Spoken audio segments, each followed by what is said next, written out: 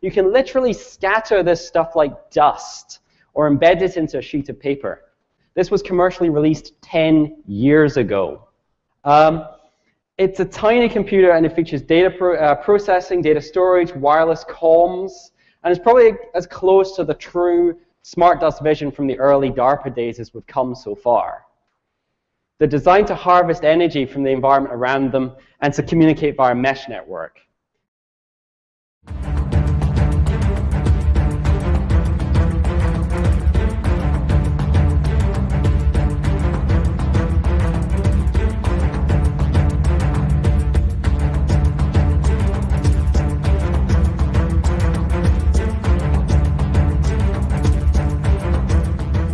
Welcome to the Daily Wrap-Up, a concise show dedicated to bringing you the most relevant independent news as we see it from the last 24 hours. Saturday, April 13th, 2024. Thank you for joining me today. Now, obviously, there's a lot going on right now. I was battling today with what to cover, and it's kind of what I was discussing on the last show. The 24-hour news cycle can be wildly chaotic, usually by design. But this is what we tend to kind of focus on with the daily wrap-up, is the important parts of the day. Now, today I was organizing what I was going to get to in regard to the geoengineering conversation and some other really interesting and important things that Orwell shared with me. And I decided we're going to talk about this today. My plan is to make sure we get done with this as fast as I can, and pretty hopefully fast, much faster than even the faster I usually talk about, and jump into talking about what's going on in foreign policy in a second show as soon as I'm done with this. I do find that to be important. Now, plans can change, and we'll see what happens. My plan, though, is to get done and try to set up a show to discuss what's going on with Iran, because if you haven't seen it, as of right now, there's a lot flying around. Now, I want to be very, very clear. Robert put up an article today, and I'm going to put all this off until we talk about it next, that I recommend you check out. The main point of this is that obviously Iran has the legal justification and even legal, like if we want to use the self-defense statement, which doesn't even apply unless you're responding to an attack in real time. You can argue you have a legal right to retaliate, but self-defense is not the right term here, either for Israel or Iran, in my opinion. My point is that Iran has the legal justification under international law, and clearly according to what Israel calls self-defense, to respond here. And this is important to understand. That's not to say that I think this is what's happening right now, or that it even will, but I do think that. In general, the point is, I believe Iran is going to do something. And my point is exactly like they've done before, and what they've said, it will be strategic and will be on their time frame. Now, as Robert and I have talked about, there's different factions battling within Iran that want responses and some that realize it's not a smart thing. I think, in my opinion, it's quite self-evident to anybody that they can see that Israel and the United States are drawing this out. They're trying to get this response. They're trying to draw people in. And ask yourself, if Iran comes out and says it's going to be strategic and it's not going to be, it's going to be on our time, why would then they respond in exactly the way that the U.S. and Israel have been telling you they're going to respond over the last week?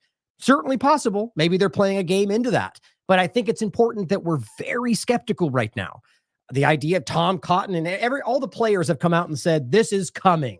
And usually in my experience, doing this as long as I have, it's a fair statement to ask whether that could be a setup. A false flag, a manufactured event. These are not fake things, as much as people have been primed to ignore them. It's a historical context that goes all the way back to naval ships and how they would raise the wrong flag and carry out an attack in order to blame another country. It's a very classic concept, and your government knows it well. So I just want us to be very careful. Now, I've seen videos of what look like bombs, what some people saying there's drones that are on the way. I can't confirm whether any of this is Iran. I've seen an Iran video that has come out from Khomeini. Doesn't seem to point to anything that says that's us doing that, but says that it's Zionist government will pay, which is what they've been saying for the last, since the attack on their consulate, even before. So that being said, I just want to very caution skepticism. While we're live, things may be happening. You let me know in the chat if you want. My plan is to talk about this afterward and make sure we go over it in depth. But I want you to think about the idea of the drones in general, which is what they're telling you right now. Hundreds of drones. Israel's come out. Hagari, there is a list, has come out and said, I have confirmed this, which to me means more and more likely not real, to be quite honest, is how many times they've continued to lie. But he's come out and said there's all these drones on the way, and it's going to take hours to get here. So ask yourself how they know that's happening. If this was going to be a secret attack, why it would be so transparent. Maybe they found out, Or, as Robert points out, it shouldn't take that long for these drones to get there. It doesn't really make much sense. And overall, why wouldn't Iran then change if everyone's now paying attention? I mean, none of this adds up unless to suiting the interests of U.S. and Israel, in my opinion. And even then, that very well could be something that I'm missing, that Iran is doing this on purpose in order to draw out some other response. All that is to say at the beginning that, remember, Iran has the legal justification to respond. And that's going to be said the exact opposite. They've been building the narrative over the last couple of weeks saying, no matter what you hear, which is usually a good thing to start when raise the suspicion, Iran has been at fault no matter what. They've been behind this and X, Y, and Z, and that's all the Hamas and Houthis and Hezbollah, which are not Iran, and they just clumsily throw all that together. All of that stems back to the Israeli justification for all of it. Now, all that I think is important for you to hear because I know that's an important topic going on right now. I wanted to talk about some other things today, specifically the geoengineering experiments that I really do think are pretty important. Not that they're immediately, with at least what they claim they're doing, immediately dangerous.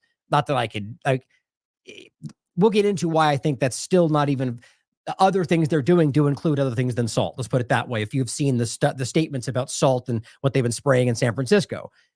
Even that, though, let's assuming it is just salt and that's all they're doing. There's a lot to discuss about why that's allowed to happen without the voting of people in San Francisco or let alone California or anywhere in this country for that matter, or even the world. Shouldn't we all be going, hold on, you're doing something with the atmosphere that we all engage with. That shouldn't be your haphazard, secret, I'm not going to tell the population experiment, when in reality it's been going on for decades, so it's not much of an experiment. I mean, it is, but it's not like this is the first time they've done it. That will bring us into a conversation of an older video from a decade ago, in fact, which is actually pretty interesting because we've talked about this a lot. Orwell shared this with me. Is a TED Talk from an Israeli scientist discussing how a Pfizer-funded project to create nanotechnology via syringe that can deliver proteins. Now, that doesn't have to be what we're talking about in COVID-19 or the COVID-19 injections, but it's kind of crazy to think about how obvious that is and how clearly that overlaps. I'll even get into some more important stuff, overlaps with guess who? Charles Lieber, Robert Langer, all the different people connected to Moderna. And it just begins almost, I don't want to say impossible, but very difficult to not be like, how is that not connected? And then on top of that, realize that these are things in general that, as we've been talking about for the last, I don't know, I mean, even before COVID-19, that have been regarded, even to, I just had an interview with Alison Morrow about this, smart dust, that it's regarded as fake news. It's a conspiracy theory. And then, but we're talking about a 10-year-old video publicly funded by Pfizer through Israel's leading scientific location, better word for that, that is 10 years old, that is talking about nanotechnology, billions of these in a syringe that you can inject that then can create things that can stop processes in your body. I mean, it's just, obviously this is real stuff. And then it should make you really concerned and suspicious about why people I'm not talking about randoms on Twitter. I'm talking about people at the highest, scientists going, that's fake news. You're crazy. Pretty interesting, isn't it? So let's get into that. And then, of course, there's a couple other things that we'll overlap with. We're going to start with one point about climate change that seems to overlap with all of it for obvious reasons, which will bring us back to what I think is the current level of this, which is smart dust.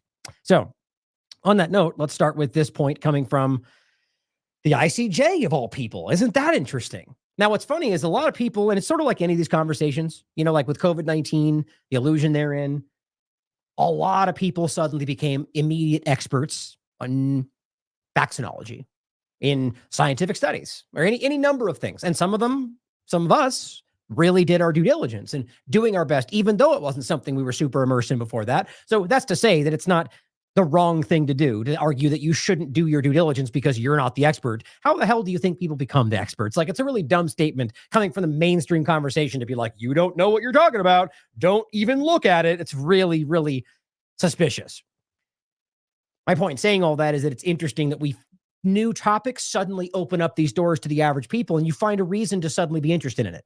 Like the processes of the international court, of the ICJ, the ICC, the UN in general. So my point is, the International Court of Justice is all of a sudden on everybody's mind because of Israel. And in a weird way, if you haven't paid attention, like for the UN example, for example, if you never heard about the other problems, the peacekeepers and the different, all these horrible things that the UN as a body has generally been behind, and even saying it like that, that's not really fair because It's not like just one person or group, but it's a shifting group. It's usually the international string pullers that truly have the influence over who's in those positions, and that's how you'd look at it. My point in saying that, though, is that UN as a body that, even though it fluctuates, has been behind some really horrible things, allowed some really horrible things, turned its head to really horrible things. My point in saying that is that people today may have woken up to the UN going, Israel's doing bad things, and just suddenly seen it as an altruistic entity with no question. It may seem that way if you haven't looked at anything else. So here's the ICJ, who, by the way, has stood up and been like, Israel has, it's plausible that this seemed to be committing genocide. They're investigating. They said the claims have merit based on all the stuff we've seen, and we know that that's true. But here's the ICJ. And again, it's just a body. So these are people that are putting this forward, and they're going to be talking about it. But something tells me this will go the way we don't want it to. Press release in the advisory proceedings on the obligations of states in respect to climate change. What an interesting thing to happen. So I don't know if this is just randomly happening at the same time as we're looking at things, because a lot of stuff goes through the ICJ, or if this is an effort by somebody else to sort of slant people's opinions of what the ICJ may say. So if you have, let's say, right-wing people who are, or I mean, however you look at it, not I mean pulling the two-party illusion, but just people who may right now be thinking that the Israeli government is doing bad things, which they clearly are, and that the ICJ pointing it out gives them some level of credit, merit, or honesty. And all of a sudden you see them talking about something that those same people may think is not real or may think is being manipulated, and all it changes that perspective. That doesn't have to relate to Israel, but either way, why would they be putting forward something about climate change? And says 91 written statements have been filed in the ICJ registry, the highest number of written statements ever to have been filed in an advisory proceeding. And the point is, this is The Hague, by the way, in the advisory proceeding on the obligations of states in respect to climate change. That doesn't sound very nice. Obligations, and who gets to decide whether you're adhering to these obligations about climate change? So obviously this is about carbon tax and whatever else that they make about climate change, the normal processes of a century, thousands of years. The point about the idea is that climate is always changing, and the idea that carbon having, it's all, I don't want to try to litigate the point of climate change in this one point. You guys know my opinions about it. I think it's an absurdly obvious manipulation, but yet we're obviously also hurting the planet, and that needs to be addressed. It's like the word of sustainability from the UN. Obviously, it's something that we need to be doing. They're not actually fighting for it. It's a manipulation. But to them to say climate change and obligations of states, obviously they're creating a mechanism here, or trying to, through the International Court of Justice, to argue that you have an obligation to the world to do certain things that we know are being politically manipulated. That's a terrifying mechanism right there, like the UN and which, by the way, we should still be paying attention to. The WHO pandemic treaty, all this stuff is coming. May is coming up. Hopefully we've informed everybody enough with the tools to see what that is and how it's building. Right now, it seems like we're just holding our breath to see what they decide in May, which I wish there was more we could do to stop that. I'm sure there is. Protest, get out there. But I mean, from sitting here and doing our work like we normally do. My point, though, is that this is definitely going to become something, and look at all the countries involved in that. The average person might be swayed by this to think that there's something going on that we need to adhere to, even though we know this is going to be used against us. Now, climate change wraps into all of this because geoengineering, they're claiming, is about climate change. I mean, for crying out loud, almost everything we could talk about, they'll tangentially connect in some backward way to climate change. And so that very much concerns me when all the things we get into, including the virus conversation or vaccines or injections or nanotechnology or smart dust, are all being employed in ways that they're claiming is about stopping this nebulous thing that we can't really define. It's cold, maybe it's hot. That's terrifying. And so keeping that in mind, and the fact that it's going through these mechanisms, let's talk about I include this as well so you can read the actual document. Let's talk about geoengineering and the experiments that have been taking place, and one that have been publicized in San Francisco. This is April 4th. This is from Scientific American.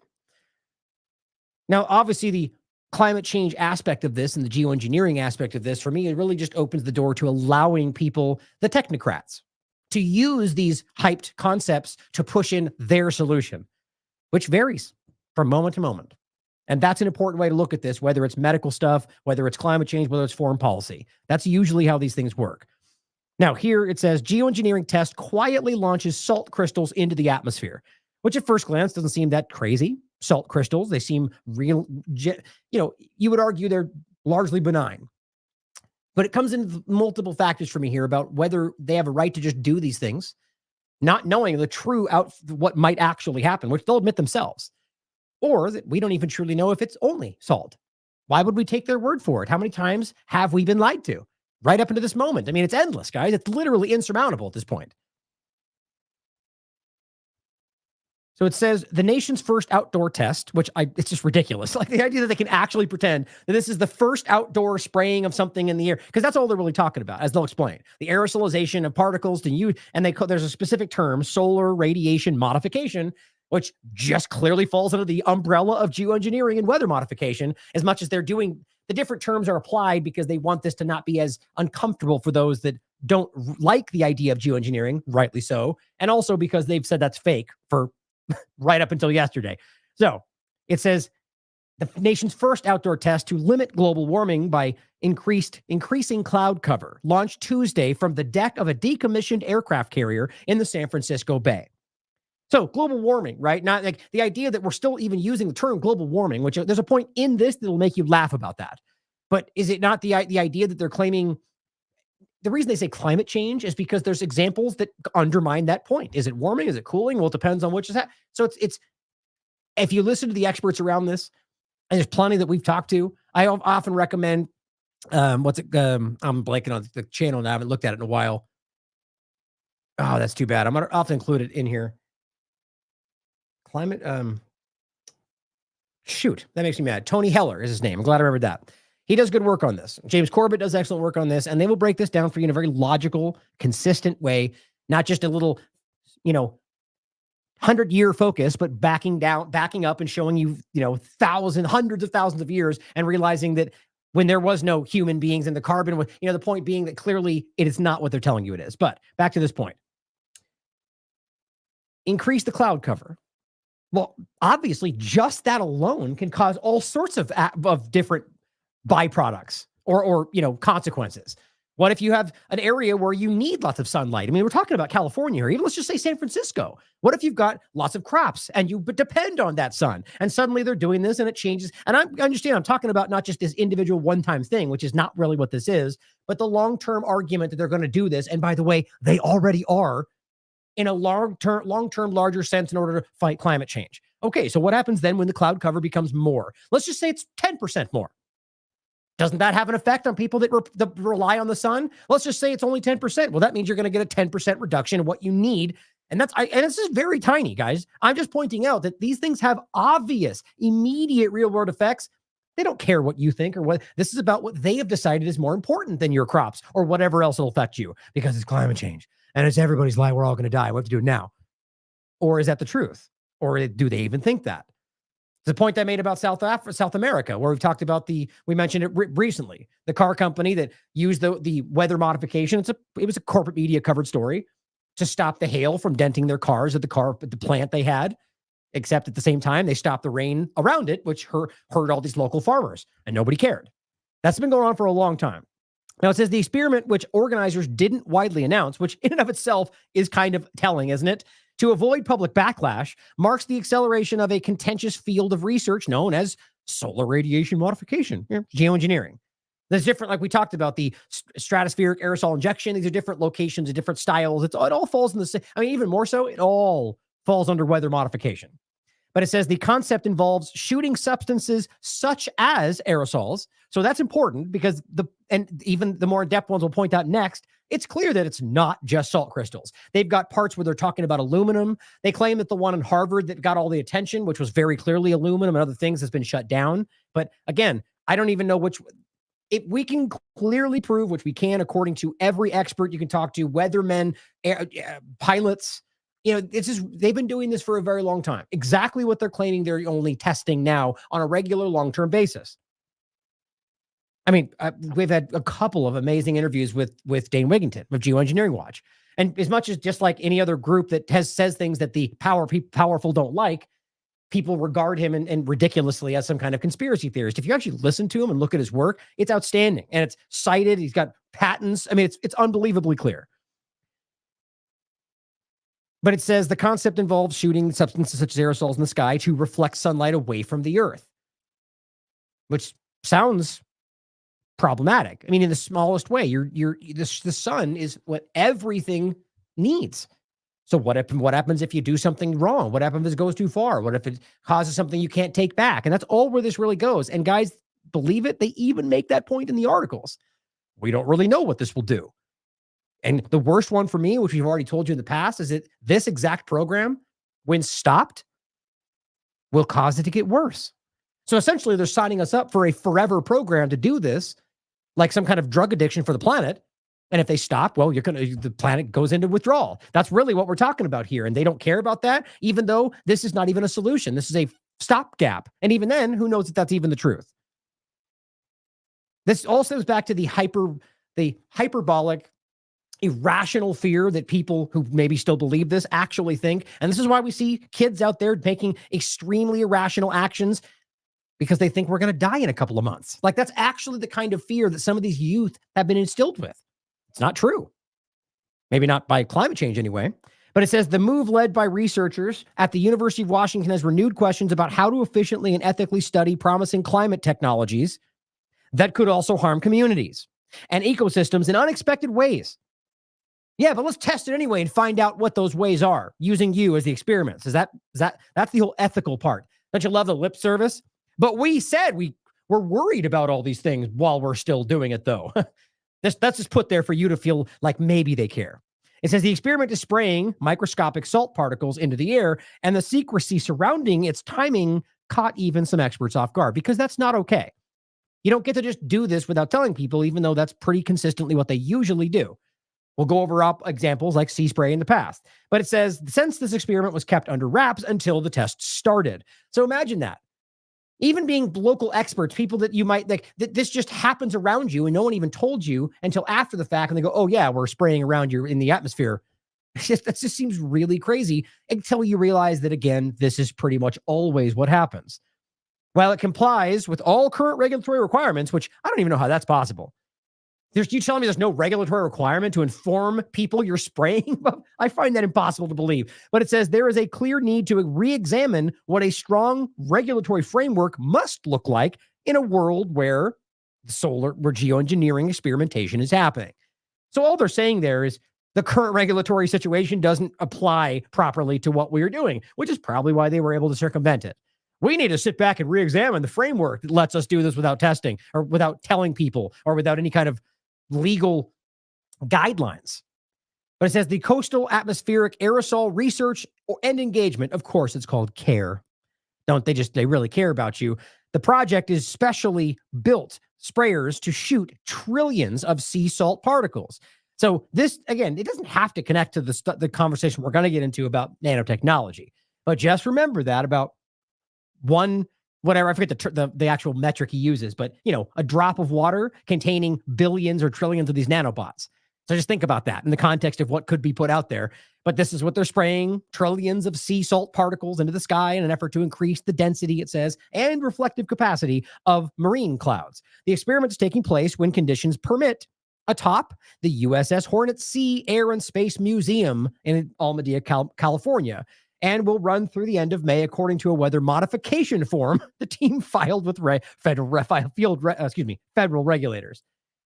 Yeah, so we filled out the weather modification form for the thing that we pretend is not real, and you guys are conspiracy theorists.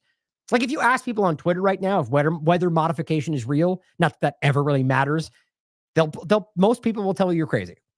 And even these conversations, if you bring it up, they're going to go, no, it's solar it's solar radiation modification. And they filled out a weather modification form to do it. This is how dumb this stuff tends to get. And I don't mean, like, if you ask the experts, they'll probably happily tell you it's weather modification, but it's the way that it is framed for you by the media and the government, because they're involved as much as the next thing will make it seem like they try to distance themselves. They're using they're using a aircraft carrier, or is it a decommissioned aircraft carrier? Let's not pretend like that's just owned by some company. These are government-owned locations, buildings, vehicles. Now it says, solar radiation modification is controversial because widespread use of technologies like marine cloud brightening, which if you actually look into just that, there's some wild stuff they're talking about. They're just using salt now, but the whole process overlaps with all the stuff we've heard about, aluminum, barium, all kinds of things. But it says, could alter weather patterns. Okay, and unclear ways, and potentially limit the productivity of fisheries and farms. So that's okay. So we're literally talking about the idea of sustainability, well, even though we know that they're actually fighting that. And they're testing this new thing and going, well, but it could completely ruin weather patterns or alter them, which is my point. My point is that people, when you're talking about altering weather patterns, you're usually talking about something that is not enough rain, things like that, which hurt production, which hurt crops, farming, and potentially the productivity of fisheries and farms in general.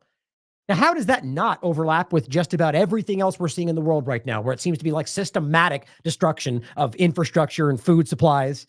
Seems kind of crazy to me, but you guys can decide for yourselves. It also wouldn't address the main cause of climate change. What?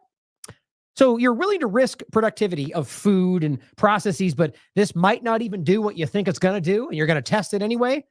Yes. It says the use of fossil fuels, it might not address the main cause of climate change, which they claim is the use of fossil fuels, and could lead to a catastrophic spike in global temperatures if major geoengineering, which that's what it is, activities were discontinued before greenhouse gases decreased to manageable levels.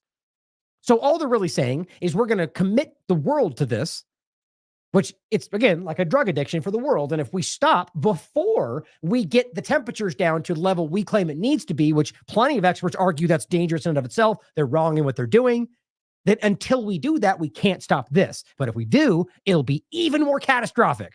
It almost kind of feels like a self-fulfilling prophecy, doesn't it? Like you're making the catastrophe using the, well, guess what, guys? It's exactly what always happens. The solution tends to be worse than the problem. If you're talking about the U.S. government at the very least.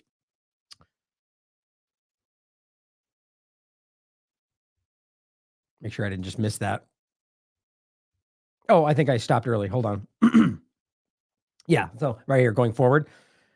The University of Washington and Silver Lining, which just all these names are hilarious to me, a geoengineering research advocacy group involved with CARE project, Silver Lining, CARE. Clearly, they're like, good, positive, this is good for you. It's pretty much the opposite in every way that I've seen.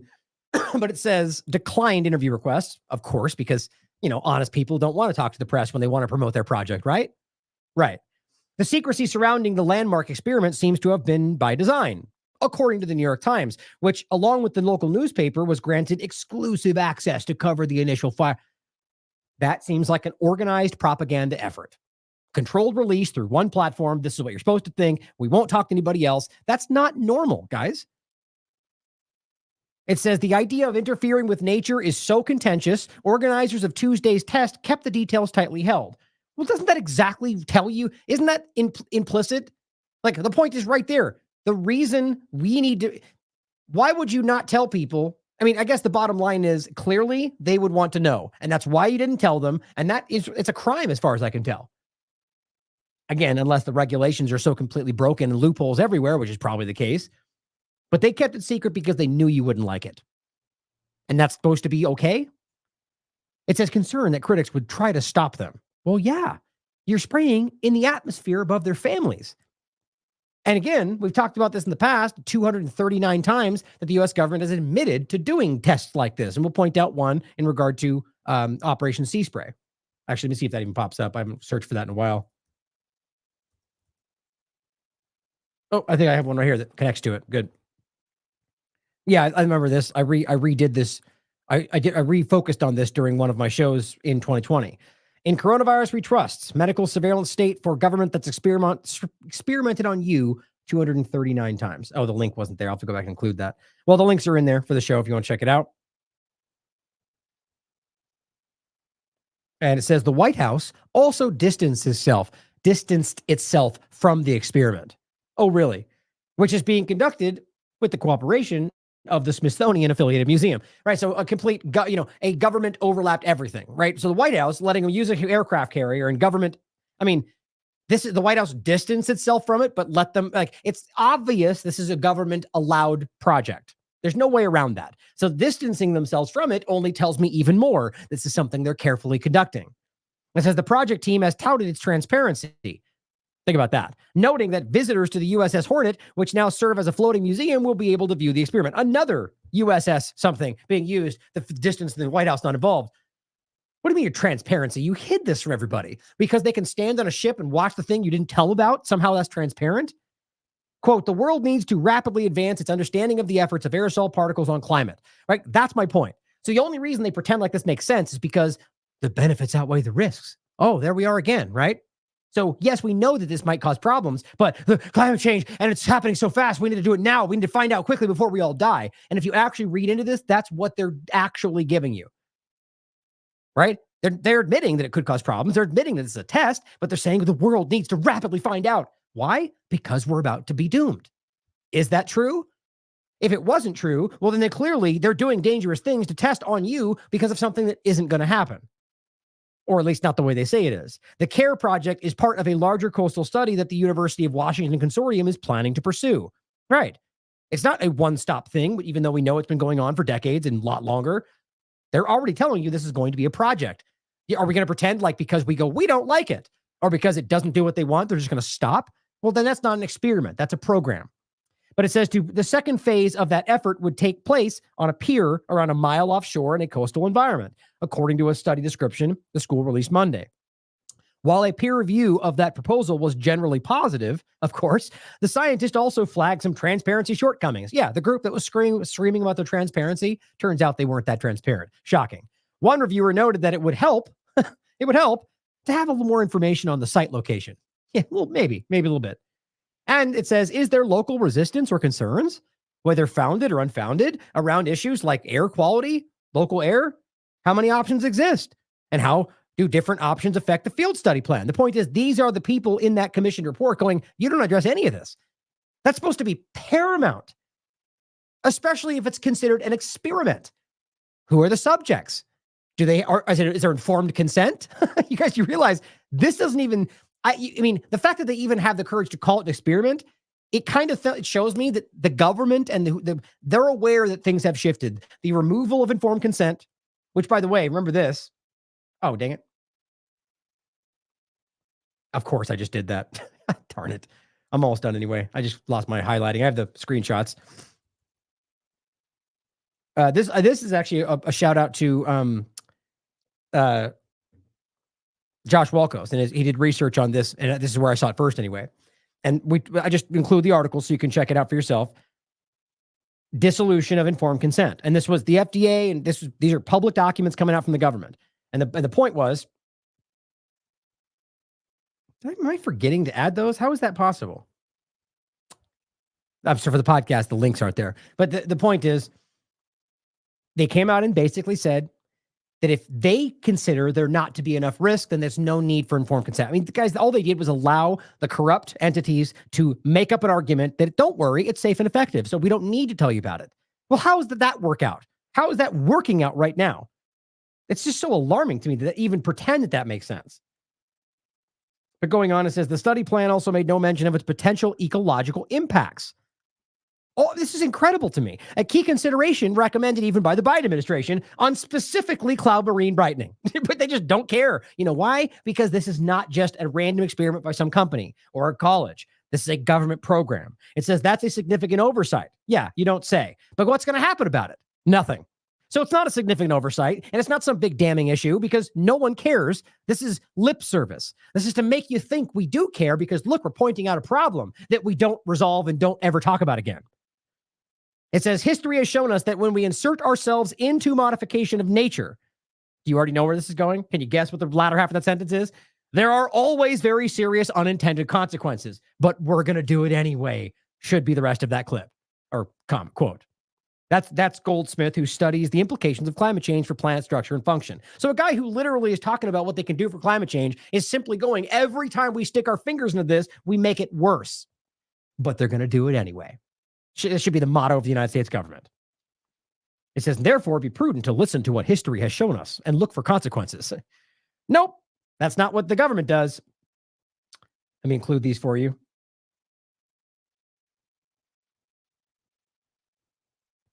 Now here, just in case, talking about the 239 times, and if you haven't seen this article, it's originally the Free Thought Project article, and it is about admitted from government sources, admitting to them over the last 70 years of 239 times they've used biological or chemical tests on, or bacterial on, or I guess it's biological, on unwitting populations. And here is one of the most famous, Operation Sea Spray. in the 1950s, a U.S. naval secret biological warfare experiment in which it's Serratia maricines and Bacillus globigli, they're both bacteria, were sprayed over San Francisco and the Bay in California in order to determine, at least they said, how vulnerable cities like San Francisco would be to a bioweapon attack. Even if that's the real excuse, all they admitted to was we're using U.S. test subjects without your knowledge. It says the Army determined that San Francisco had received enough of a dose for nearly all of the city's 800,000 residents to inhale at least 5,000 of these particles. Each one of the 800,000 residents to inhale 5,000 individual particles of these problematic things. This is within the range of infectivity for anthrax. Now, that's what Wikipedia writes. Now, the point here, I genuinely think that this didn't stop after one person died, which is what happened, which I'll read the rest of it. Imagine what would happen if you dump an entire city with different types of bacteria, enough to infect every one of them, and then it causes problems. Even weirdly, problems that seem to connect with other things we seem to associate with other virus concepts today. I wonder whether this was some kind of beginning point for the ongoing, or whether it was things before this. Either way, I don't see how this couldn't have been an ongoing issue. Maybe this was kind of became something that is something we now point at as something else. Just stuff to consider. It says on October 11th, 1950, 11 residents checked in to Stanford Hospital in San Francisco with very rare, serious urinary tract infections. Although 10 recovered, one of them, Edward Nevin, who had a recent prostate surgery, died 3 weeks later from a heart valve infection. Now, pretty much everybody in this conversation acknowledged, including government sources, that this person died from what happened. They put up a big case, a big resistance from the government to claim that this had nothing to do with that, despite the fact that it was all completely correlated with what happened. It was a rare surge in the one location where they sprayed. Well, everything that lines up, except they just go, oh, it was a coincidence. Again, exactly like we talk about today. No, it wasn't that. It's just coincidence. All these heart problems, all these things, all the cancers, it's all coincidence, right? It says cases of pneumonia in San Francisco also randomly increased after this was released. Okay, again, could this have been the starting point of some ongoing pneumonia circulation that is recurring that we call flu, we call whatever else, or that it's alongside that? I mean, it's something we have to consider. The bacterium was also combined with phenol and an anthrax stimulant and sprayed across South Dorset by the US and UK military scientists. Whoa, so it's a multinational experiment on US citizens as part of the DICE trials that ran from 1971 to 1975. So this is not a unique thing, guys. They are literally doing this to you right now, in my opinion. I don't need to sell that for people that believe what COVID-19 was that.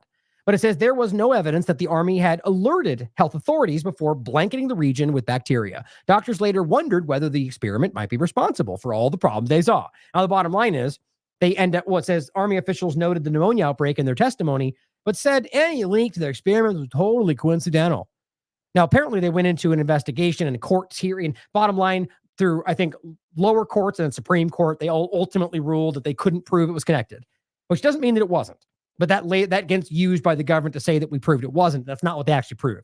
They just simply argued that they couldn't connect the two because, the hospital overlap. Of course, it's great to point out that we have, our third leading cause of death is medical treatment. And so they're like, well, they all got infections in the hospital. Everyone bought it. Or maybe it's what happened. I don't know. In any case, I think that's an important thing to realize, that this is not a unique story.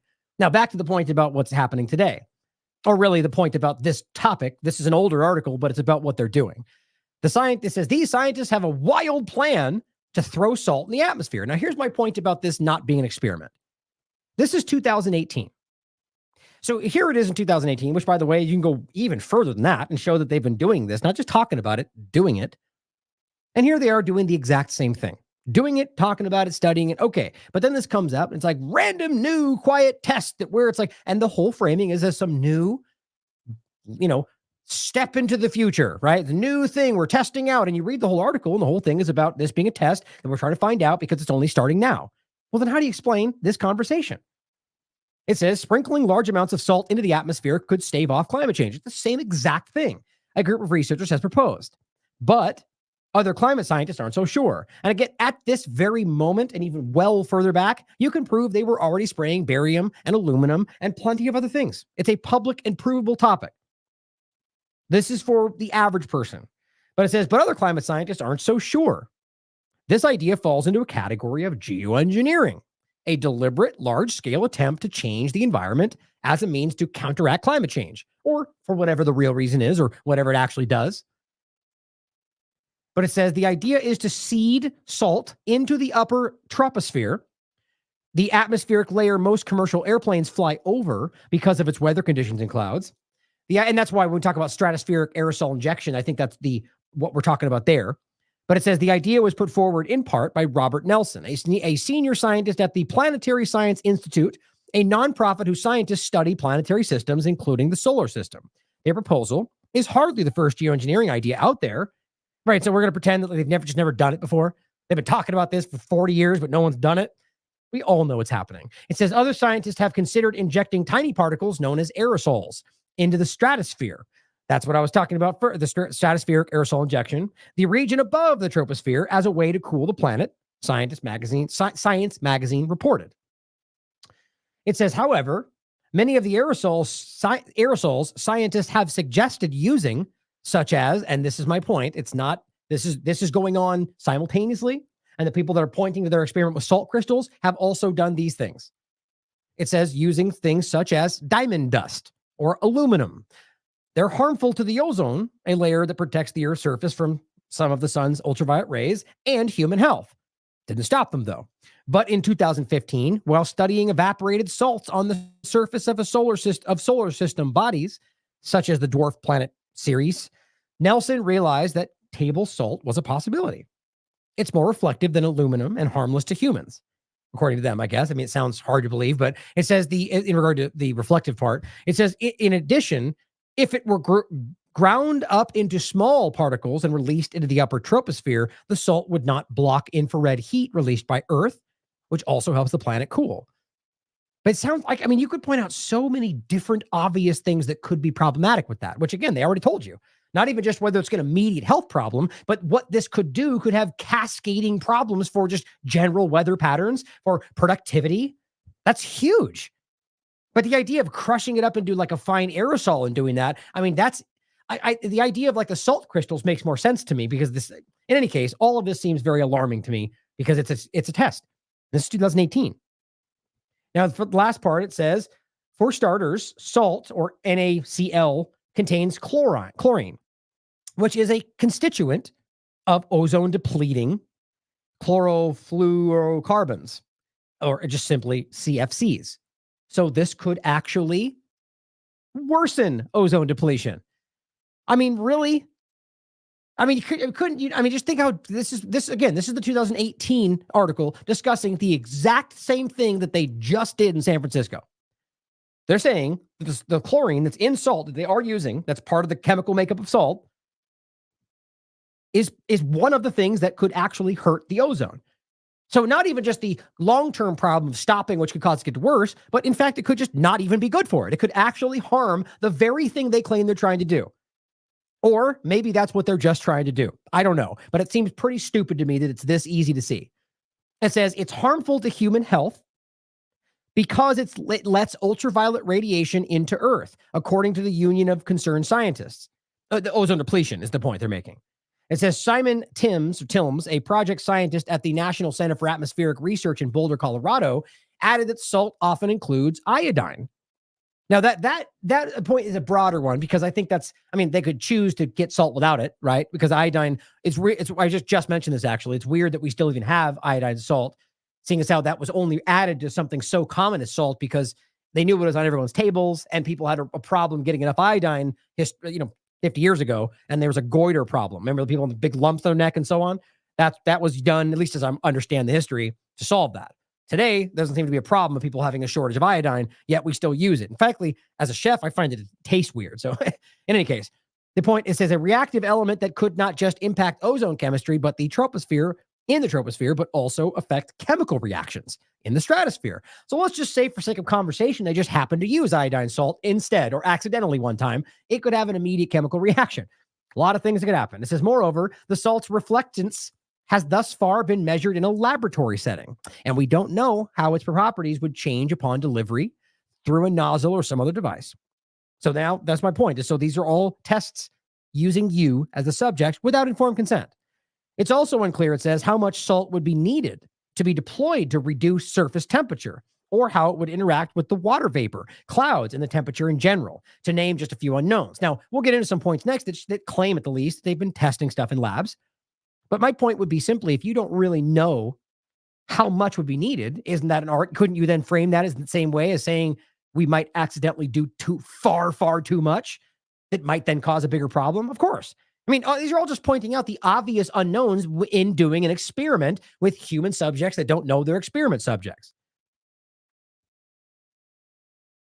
And it says, last one, Nelson couldn't be reached for comment, but told Science Magazine that he plans to further study salt's properties to see how feasible the project is. What's more, he would like to engage with the public before implementing the salty mission. Of course, we don't like that. Let's get a different group to do it so we can keep it secret and pretend like, this clearly, however it worked out, that's not what actually happened. And it's not some new experiment, seeing as how it's been talked about and done a long time ago. This one is an article from the, University of Washington. And it says, this is from April 2nd, 2024. Marine Cloud Brightening Program studies clouds, aerosols, and pathway to reduce climate risks. It says researchers with the UW Marine Cloud Brightening Program, an international scientific initiative, are working to better understand clouds and how both inadvertent and possibly intentional changes to atmospheric particles affect clouds. Atmospheric particles, they say, also called aerosols, can have a strong effect on sunlight reflected by clouds. As humans make changes to aerosol emissions, we need a stronger scientific understanding of these effects in order to better understand the potential risks and benefits and to limit unintended effects. I mean, this is this month, right? This is 2 days before they did this experiment above human beings. Right. So, and I just don't even know how you could put these two things in the same conversation. They're telling you we don't know. We don't really know what's going to happen. Not truly what the byproducts, they have an estimation, but they don't know. It says there's now strong evidence that reductions in ship emissions, so the very thing they're trying to stop in the world, right? Emissions from the cars, from the, these big ships with all the big stuff coming out of those little smokestacks or the big smokestacks, right? So they're saying is there's now actually strong evidence that reductions in those emissions started in 2020 actually contributed in part to the anomalously warm waters recently observed in North Atlantic Ocean. So just get this. Just a small point, but the reality that they're literally telling you that the very thing that we're doing this to stop, climate change, they claim is being caused by carbon and pollution and everything else, right? They're saying that we now see when we made an effort to really reduce those emissions from the ships, it actually caused the waters to warm. And so how does that even line up even remotely with what we're being told? It's in fact the exact opposite. But it goes, the truth is that we still don't have very good handle on how big of an effect aerosol changes can have globally, because cloud responses to aerosols can vary enormously depending on the type of cloud and on meteorology. Yeah, but doesn't that seem like a good reason to not test on people right now? But the interesting part about this, they talk about the ships. Basically what they said is from airplanes, you could see like this weird brightening along the ship path because the emissions were changing the atmosphere. And so they just simply point out that they recognize when they tried to stop that, it actually warmed the water. And I just think this is ridiculous because it completely contradicts the larger point they're making. But it says, but before any intervention like this can be considered, it is crucial to fully understand how it will affect the climate system, our oceans, and our terrestrial ecosystems, which they clearly don't know because right over here, they're telling you we're testing on you to find those things out. Seems logical, right? Hardly. Quote, the goal of the MCB program is to understand whether it might even be possible to predictably and reliably brighten low marine clouds. Oh, great. Might not even be possible. And if so, how doing this is different in different regions of the globe would affect temperatures, precipitation, and climate, both globally and locally, as well as any other possible side effects. And how about we add to that, what if they start doing this in the United States and then other countries just start doing it too? No one's checking or asking. And all of a sudden, what if you're adding too much, the right amount here, but suddenly Mexico does even more, and all of a sudden there's too much in general.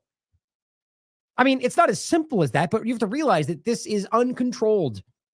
Frankly, I think they know that. I don't think this is about what they're claiming it is. It says, as atmospheric scientists, we think it's critically important that society has the answers to these questions before making any decisions about whether or not to actually use marine cloud brightening in an effort to reduce climate risks. Then 2 days later, they started doing it. A different group, but they started doing this. It says, in order to better understand how aerosol particles interact with clouds and how intentionally brightened clouds would interact with our global climate system, the Marine Cloud Brightening Program researchers are taking a multi-pronged approach. It says the first phases of the research have focused on computer modeling to study how aerosol cloud interactions affect climate. I mean, I don't even know how this, it's a separate group. So they're doing what I would argue is the correct way to test this, right? To study this before you dump it over people. And clearly, while they're doing that, other groups have already started. And they must know that, right? I mean, it seems like an interesting thing. But then it says this spring, so now essentially, the Marine Cloud Brightening Program researchers are putting CARI to the test, their whole cloud aerosol research instrument, to the test at the new research facility they've established on board the USS Hornet Sea, Air, and Space Museum, the Smithsonian affiliate. Okay, so I take it back what I said in general, the other group. I actually forgot about that. So the point is clearly that this is the same overlap. So it makes it even more important. Because ultimately what we're talking about here is this is a group that's saying publicly that we have to test this properly before we start using it because we don't know the risks. Now, I just don't get why you can, if you want to argue this is an experiment and this is that in a smaller area, well, fine, you're still doing it above unwitting people you didn't inform. There's nothing controlled about that. I mean, I don't even know how you call it an experiment. I mean, experiment would apply, but you can't call it a controlled experiment. There's endless atmosphere. So how do you even test that? So the bottom line is this clearly seems irresponsible at the least. Here, what Maureen Lopez said, just somebody who commented on this when Disclosed TV shared this on the 6th about what they were doing. He says, injecting salt crystals in the atmosphere, what could possibly go wrong? What happens if it reflects too much light? What happens to the ground when the salt finds its way back into the earth? How will it affect fresh water supplies? I bet no one's answered these questions. Exactly my mindset. Exactly. I swear I shared that. Exactly what I'm thinking. Because the bottom line is for crops, well, if you have too much salt in the earth, like salting the earth, we've heard about this, right? It hurts the growing of crops or the water. So what happens if you get too much salt concentration in local water supplies? I mean, there's so many things. Now, obviously, you could argue that it just won't be that much, and they're smart enough to make sure it won't be that way. Well, sure. Just trust in the experts, guys. How'd that work out in every other historical situation? I'm not saying we shouldn't at least consider that they're trying to do what they think is right, but we have to realize that the government is usually the manipulating hand over most of these things. And this really does concern me. So let's bring this into the conversation of what I think truly concerns me the most. And this is the idea that there's an overlap. The idea that there is a connection between whatever they're spraying, aerosol nano particles, and actual nanotechnology, or maybe there has been along the way. Maybe it started as something that not including this, and the point was like, hey, what if we use nanotechnology to affect the atmosphere? And they go, whoa, what if now we find ourselves in a pandemic? What happened? Or they argue, why don't we start using this to spray the things we need? Self-spreading concepts, or any number of things. I mean, just on that very note, here, just the opening part of it is what I've shared many times on that regard. This is a 2020 European consortium conversation. It was massive about whether or not self-spreading vaccines were a thing or needed to be done. And in fact, at that time, I could already prove to you they're being worked on. Fauci, I'll bring up the clip next, or the article. Since the outbreak of COVID-19, the word virus has been dominating media headlines as well as our daily lives. Did you know that one approach that has been proposed to control virally transmitted diseases is by releasing a virally transmitted vaccine? Unlike traditional vaccines, infectious vaccines do not require any individual consent. Infectious solutions are also being developed for food and agriculture and are currently making their way through the regulatory approval process. However, do we really want to intentionally disperse these modified viruses outside the lab? No, we do not want that. But the point is, this was a big conversation, and clearly it's something that scientists and the international community has leaned into. And there's new studies doing this stuff right now. And so this is where we covered this a long time ago, 2021, 2020, self-spreading vaccines, self-amplifying mRNA vaccines, and just generally COVID vaccine menstrual disruption. This is just the topics we covered May 2nd, 2021. And this is my point about the overlap, specifically this one first, which was Ralph Barrick. The U.S. funded research on coronavirus-induced myocarditis. 100%. The documents are in the down below with the source material. You can check it out for yourself. They literally worked on, in the 90s, creating a coronavirus that creates myocarditis, and we don't consider that today. And on top of that, then did they make that and then work on aerosolizing it? Yes, they did in the caves of China, also sourced right below from their own documents. Self-spreading vaccine. They literally created this to spread amongst the bats in these caves. Guys, it's a real concept. It's very public. People just don't like to talk about it because it's conspiracy theory. So the point is, on this video we're going to watch, the first short version of it, we need to think about how this might overlap and whether it's always been the whole point and it's all a big facade, or it just was a matter of, the matter of the moment. Suddenly they feel like they have a need to create or use it this way, and suddenly it becomes something that's deployed. I don't know. Either way, my point has only ever been that we need to be aware that these things exist and realize that your government has never shied away from trying things on you without you knowing about it.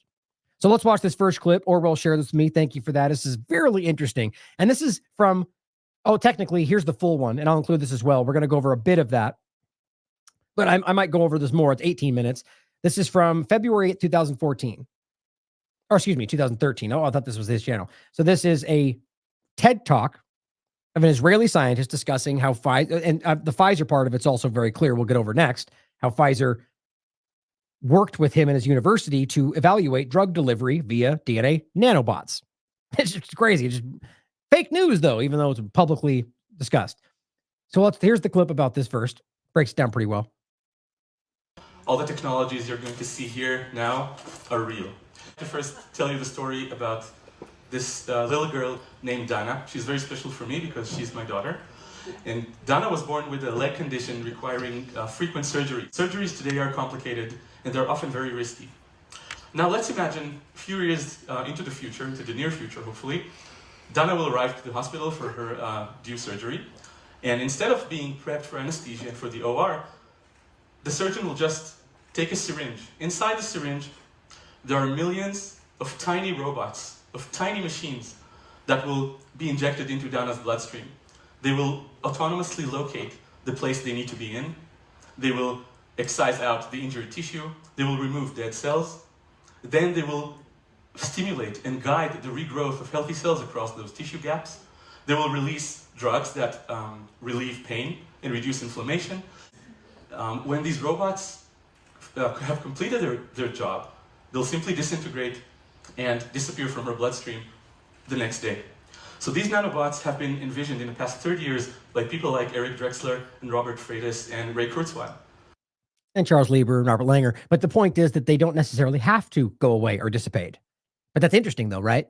That's sort of a perfect crime, isn't it? If you could create something like that that could do any number of things. And we've talked about this. We'll point this out in a moment about the dual use concept. Well, they've already executed things like this many times in the past in regard to, let's say, an assassination, right? Something that can be deployed, that can execute a certain process, deliver some kind of chemical or some kind of, and then completely no evidence. I find it hard to believe that anybody would balk at that being something any government would be capable of doing. Today I'm going to show you that these robots exist here in Israel. And I'll show you this syringe, which I brought from my lab. So this syringe has inside it 1,000 billion robots. So these robots are each 50 nanometers long, which you can... 1,000 billion. Now here's an interesting point. Now, by the way, there's others that have covered this, I think last week and so on. So there's others out there that have covered this long before we've talked about it. This is something that we've talked about in the past. right? And I'm still to this very day very skeptical about a lot of the things that come out about what people claim are in the injections. Not that I dismiss anything for that matter, but just skeptical. There's a lot of different stuff that I've seen come from a lot of the people that have shown a lot of these things that I can prove aren't true. And you know, a lot of the people I pointed out, not necessary to bring it up now. The point though is that these are, first of all, what he's telling you are nanobots. And we've shown, I'll show you another video in a moment of the DARPA version, right? The Mu chip. We've gone over this many times, and these are 12, 15 years old, right? These are old things. And they're tiny. They're the size of smaller than a piece, thinner than a piece of paper, smaller than a piece of hair. You know what? I think it was actually 10 times smaller than a piece of paper, like in regard to the thickness. But what people have pointed out is that this, interestingly, look like things that have been highlighted around some of these conversations, right? Saying this is what they found inside the injection. Now, you should not dismiss that. Just because I'm still skeptical, which I am about everything, by the way. It's interesting to think about whether some of these people have come out with these, you know, how do you say that again? Microscopy, whatever the term is, under a microscope, the slides and the videos and the examples of what they claim are something foreign. Some people argue that they're, for example, I should bring that up. Japan claimed they found metal shavings or black metal, right? That's actually what they said. People just argued it was like processed stuff that came from the process of making it. And when I said that, I was like, oh my God, really? So that's the answer, that it was shavings of metal from when you made these things? And then we're pretending these are still safe and effective? Like, that's ridiculous. Or even worse, something much more alarming. But I still find that fascinating because this is long before. This is 2015 from an Israeli scientist working with Pfizer. I find that ridiculously crazy. But it's interesting. And to me, adds a lot of credence to the idea that some of these things could be real. I don't know why we would dismiss that. I never have. I just am skeptical about how they've come out from certain groups. Like, for example, like the overlap I'll point out again in a minute, which doesn't have to be what we're talking about, of graphene oxide. And how it seems, and I think the expose I usually point to did a great job on this, highlighting that in the Pfizer's documentation, and we've gone over many times, it shows you that they did in fact use graphene oxide, but this was during the testing process, at least as they state anyway. I mean, who knows what the reality is. And that is there, and that was not actually in the actual vial. But expose did a great job on this, highlighting that in that very thing, they acknowledge that there is some residue or some carryover. But it's minute. But that still makes the point that then by default, then there is in fact graphene oxide in these injections. But that's not what they're claiming. You get these fact checks that say 100% fake news. But Pfizer's own document admits that there is some residual overlap. I find that ridiculous. But my point in all that is that the people that came out early in that conversation and said 90% graphene oxide, you still know what I think about that. I think that was designed to actually hide this conversation, to make it ridiculous. So people like us would be like, well, that's not true. I mean, maybe I'm still wrong though. All that to say that this seems to interestingly add more insight to whether there might actually be something that's maybe some kind of foreign object, or even worse, nanotechnology. And that's crazy. That's terrifying, because that goes into everything that is pretty much my biggest fear about all this. But as somebody asked in the chat, like these nanobots, nanotechnology at this level, remember, it doesn't have to be metal or graphene oxide. Like there's a lot of overlap to this. And this is where we get into the very alarming kind of biological, technological overlap that Charles Lieber worked on, that a lot of these guys have worked on. So continuing the video. As you can see in this slide under the microscope, 50 nanometers is about 2,000 times thinner than the thickness of your hair.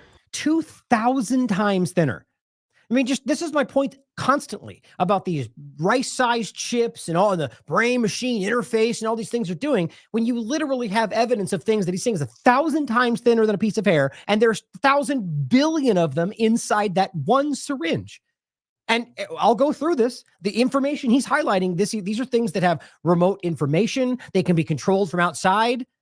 And this is from 2015, and I'll show you the clip that goes even further back. And yet still, again, I was on Alison Morrow's show about this, and people are acting like that's ridiculous. Like, how can you even pretend that smart does? And then on top of that, I will add something that I do take seriously, which is that somebody who I highly respect, who I've reached out to again, Jay Cooey, argues that they have just not been able to achieve this, which may mean that it's not possible. That's his opinion, and I highly respect this person. I think he's very intelligent, so that very much added to my opinion. But I still feel, based on all of that, that I think that the evidence suggests that it is likely or happening. That's my opinion. But I want to make sure, and see, that's the point we made the other day. It's always important that we give you alternate opinions and we show you that there is other thought, but from people that we respect and people that we think are honest, even if we disagree. That's what I'm saying. Last part's my opinion. But my God, think about how obvious that is. And think about all the things they're trying to push on you today as these larger new breakings, like, new geoengineering project that we've been doing for 50 years. That's happening a lot right now. Okay. And these robots were born actually 3 years ago in a research I did with Sean Douglas, now a UCSF professor. But over the past year and a half, in my group at Bar-Ilan University, we've been developing and testing robots for a variety of medical and therapeutic tasks.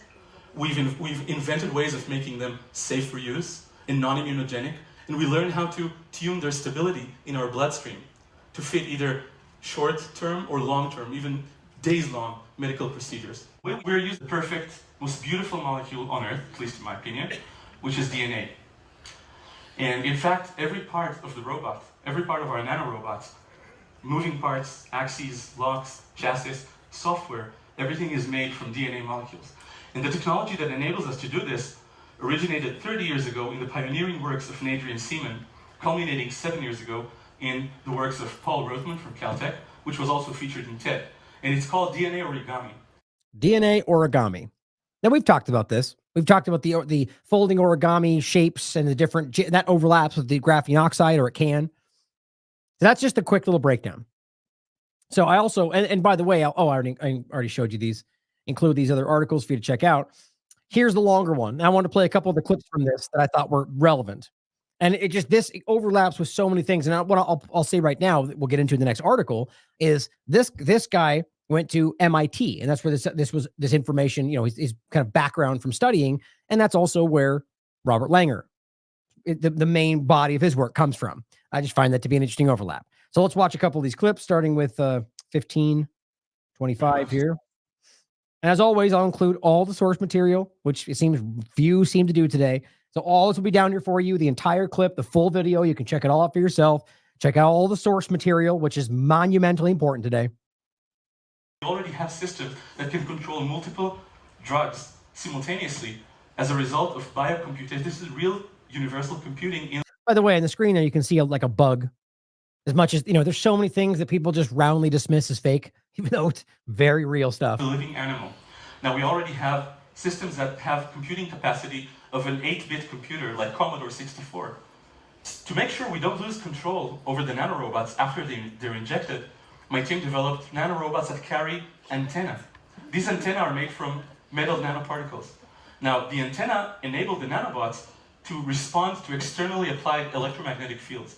So these nanorobots... Externally applied. Now we're getting into the idea of like magnetogenetics and optogenetics, and either the bottom line is something outside influencing a reaction internally, which could be good or bad, right? I mean, this is the whole point about dual use technology.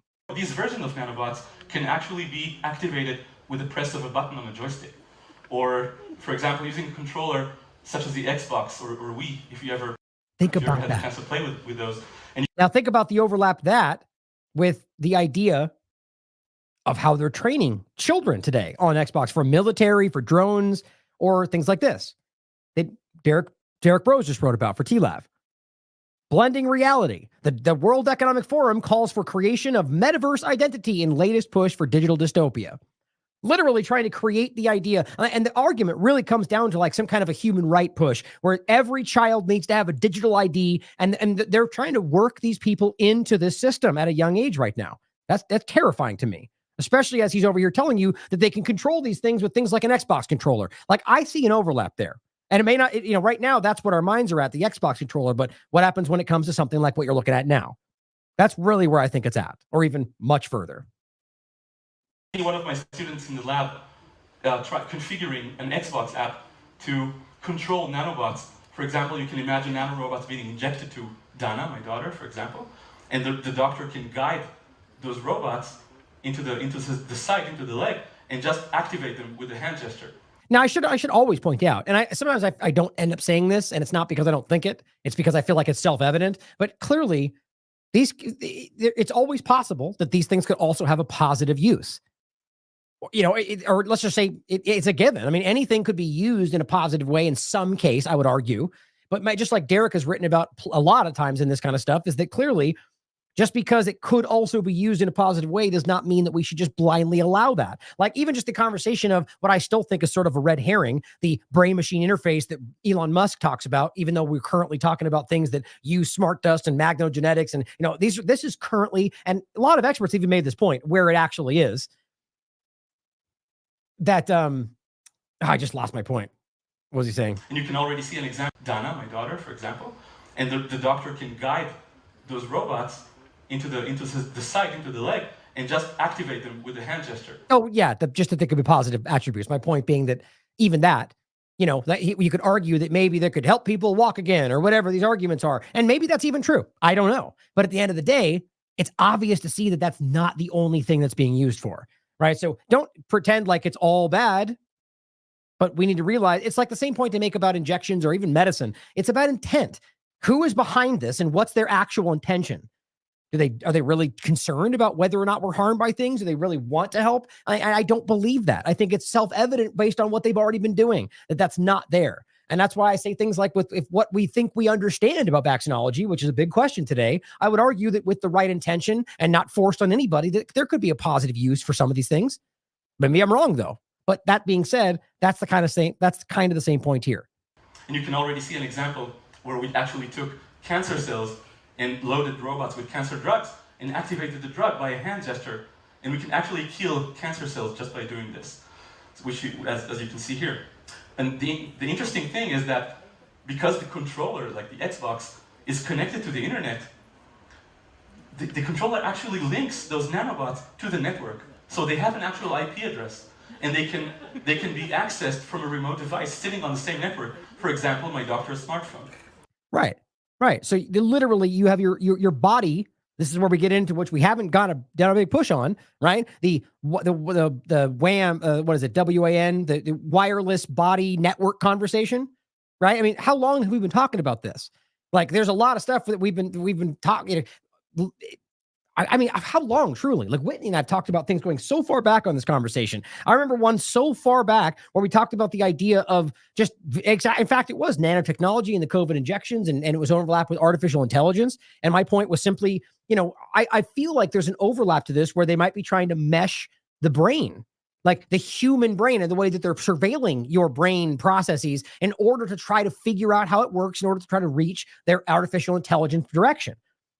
Thank you, Orwell, WBAN or WBAN.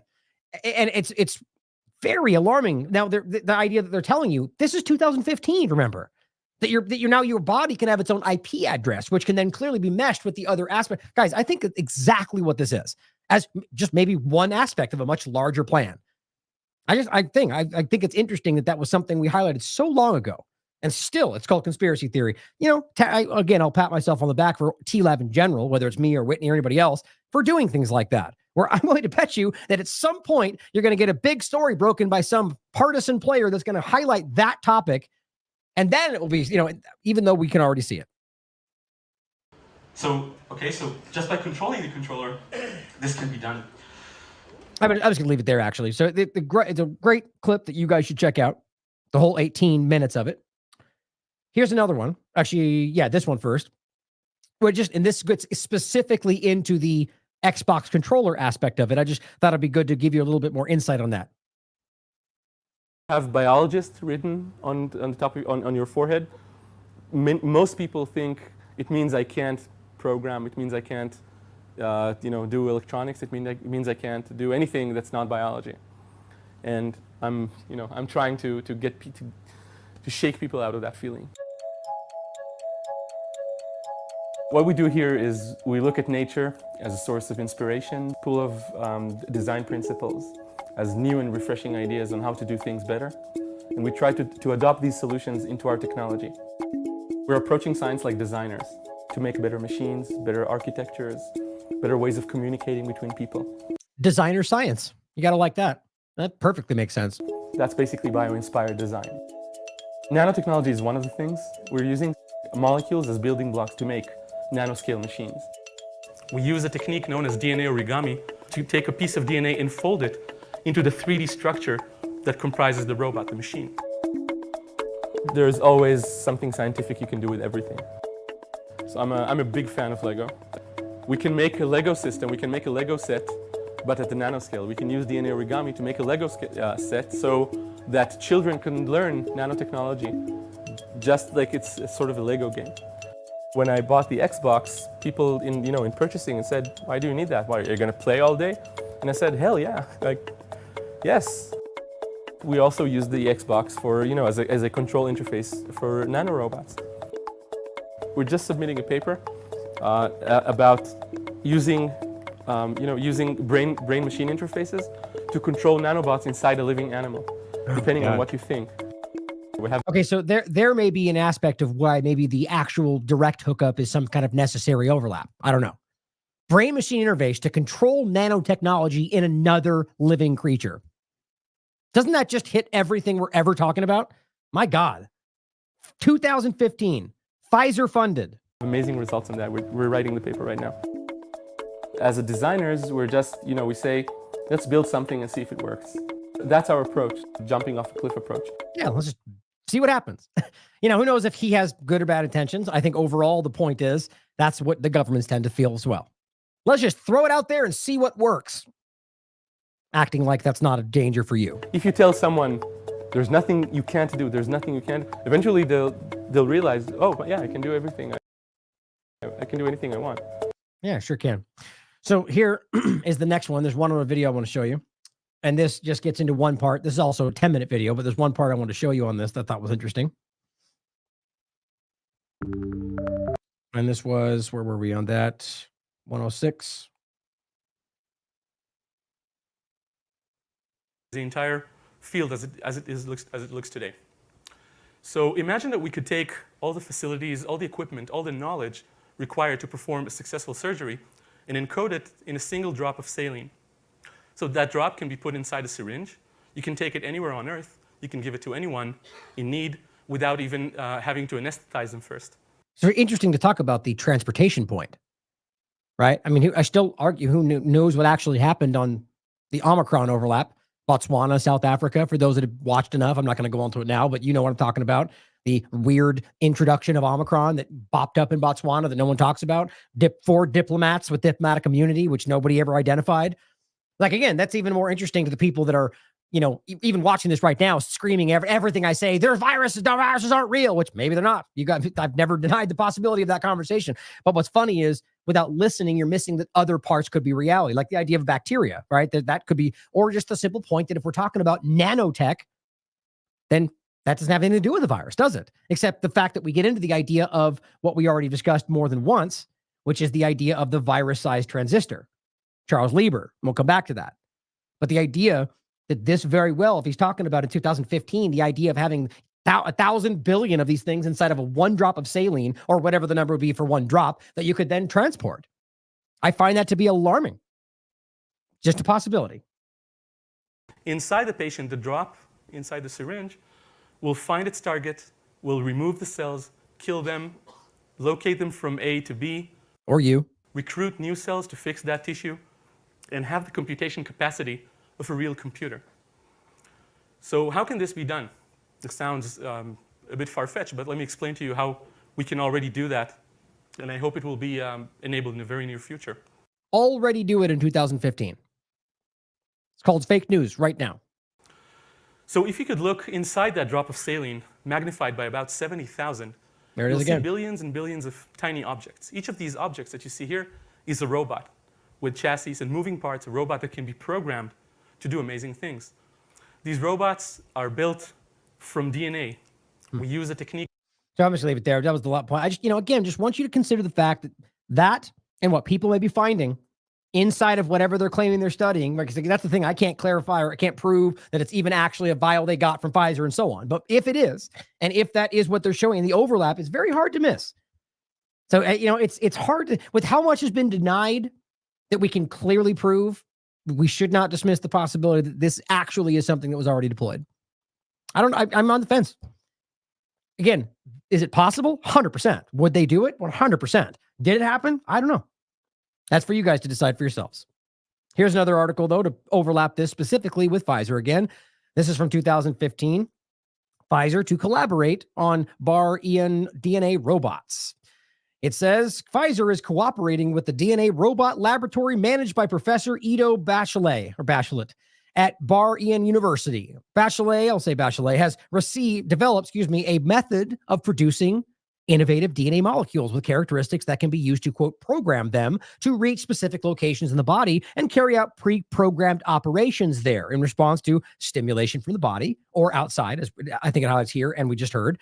This cooperation was revealed in a lecture by Pfizer president of Worldwide Research and Development, Portfolio Strategy and Investment Committee Chairman and Executive VP Mikhail Dolstein at the IATI Biomed Conference in Tel Aviv, being concluded today, and again, 2015.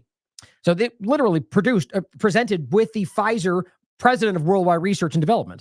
It says, quote, this is the CEO of Orly Tori saying, this is Pfizer's first cooperative venture with someone in Israeli higher education. The technology is fairly new for a drug company, but Pfizer has agreed to take up the challenge and support this technology in the hope that it will make a contribution to the company at the proper time. Am I the only one that feels like that's kind of ominous? And the idea that what we're talking about is 5 years later, they end up making some new experimental push that ends up kind of, especially from Moderna's side of it, where they were like a failing company that finally succeed. Either way, what's happened with it? If this is really as advanced as we're being told, why isn't it being used? I mean, they're not even talking about this. That is one of the largest things that makes me so nervous. Are we really going to pretend like in 2015, you're making the kind of advancement to where you could have 1,000 billion smart nanobots that can do medical procedures and you just didn't use that? You just were like, hey, let's make a whole new mRNA platform and see how that works out. I just don't believe that, but you guys can decide for yourselves. The medical sector in which cooperation, the medical sector in which cooperation will take place was also not disclosed. Why? But it appears that research will focus on the possibility that the robots will deliver the medical proteins to designated tissue. You know, like the spike protein. Bachelet or the ferritin part protein. We've talked about that too. Bachelet came to Bar-Ilan from the Massachusetts Institute of Technology several years ago. Same place that Robert Langer came up. The result is that the DNA sequence can be made in the form of a clam, for example, or other shapes, and contain a drug that can be released. In addition, the molecules can receive, or proteins like we talked about. In addition, the molecules can receive signals from each other and can theoretically change their shape according to signals from the body and can be pre-programmed to attach themselves to one another. So almost like a cancerous substance, right? Building on that. In the future, it will be possible to combine each such molecule with a miniature antenna. When the antenna receives an external signal, it will make a small change in the molecule that will make it open or close and dissipate or connect itself to another molecule. I mean, you could literally, you could execute the thing that will make it dissipate and disappear. Now, interestingly, as much as this alone should be like world-shattering news for people that aren't talking about this, let's overlap this with the other topic, right? So what are we talking about here? We're talking about the idea of nanobots, which shouldn't necessarily be robot to me is an archaic term that doesn't even apply to this like biological overlap we're talking about, right? But it's what people can think about. But nonetheless, we're talking about something like physical, something that's been created that is, well, I guess it's so funny. We're talking about nano-sized things. So we're trying to describe the difference between smart dust and nanobots. It's just a lot smaller. But we're talking about something in this case as like a DNA robot, the way they're framing it, right? Before we even get into the smart dust overlap, what is this talking about? This conversation we've had many times. This is the Rockefeller University flipping a switch inside the head. Or the other one, the Guardian article about the ferritin, which this is included in this conversation here. The deadly lipid nanoparticle spike protein design and the new mod RNA ferritin nanoparticle universal flu injection. All those are being actively worked on, if not already ready, by the U.S. government right now. This is the same conversation about ferritin and how that protein that has a bunch of iron particles in it could be used to manipulate the body. In fact, actually remote control living things. That's what this talks about. Literally remote controlling mice using a ferritin injection. And then magnetogenetics, optogenetics, and different outside influences, which is pretty damn interestingly overlap with what we were just talking about. But in this case, we're talking about just an injection of basically nanoparticles as opposed to robots. But what's the real difference here? Could they both, I mean, they're different for sure, but at the end of the day, how do we know what we're talking about? Are we not talking about, I mean, in this case, we're talking about nanoparticles. Is that something that's already been manipulated to the point where they can call it a nanobot? It's interesting. But my point here is the overlap with what he just discussed over here. Oh, actually, I forgot. Did I read that last part?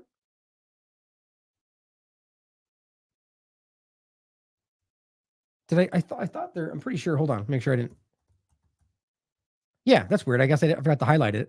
Though the bottom part, it simply says, in regard to the idea we were just saying about opening and changing and releasing a drug, what it says is the robot exposes the drug to the target site according to the biological signs within the body. For example, were we to develop a product for diabetes, although that is not the purpose of this cooperation, it will be possible to develop a robot that would release insulin. The same thing they always do, like with the brain-machine interface, is about how we can make them walk again in Parkinson's. And it's always the pro. In this case, they always use the insulin discussion.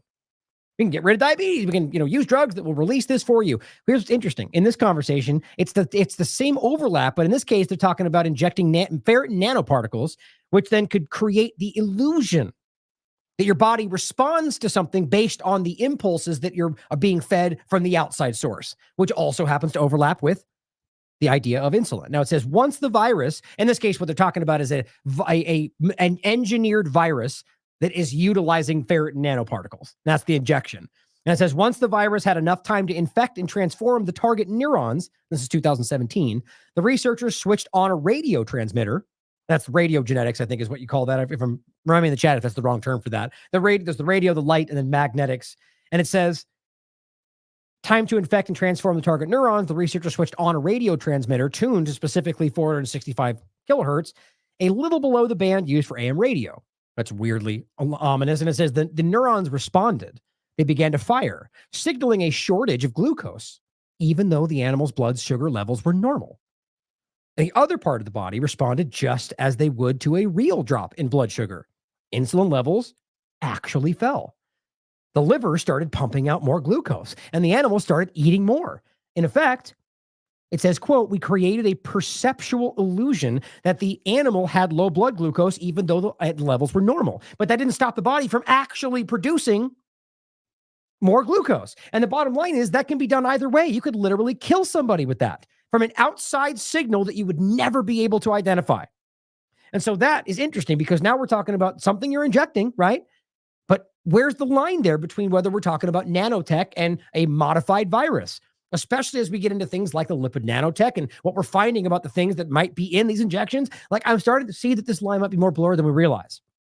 And it might be the same conversation that we're just talking about the idea of this same kind of overlap stemming back to Pfizer, which works on the injections we're talking about, that works with the same people along this conversation. This very conversation with Rockefeller University and everything they're working on ties into the other conversations we've had back to people like Charles Lieber and Robert Langer. But before we get to that, again, I'll play just this opening clip again. The reality that this is something that's been going on for a very long time. This is in a 9-year-old video that's highlighting a 10-year-old project called the Mu chip or DARPA's Smart Dust.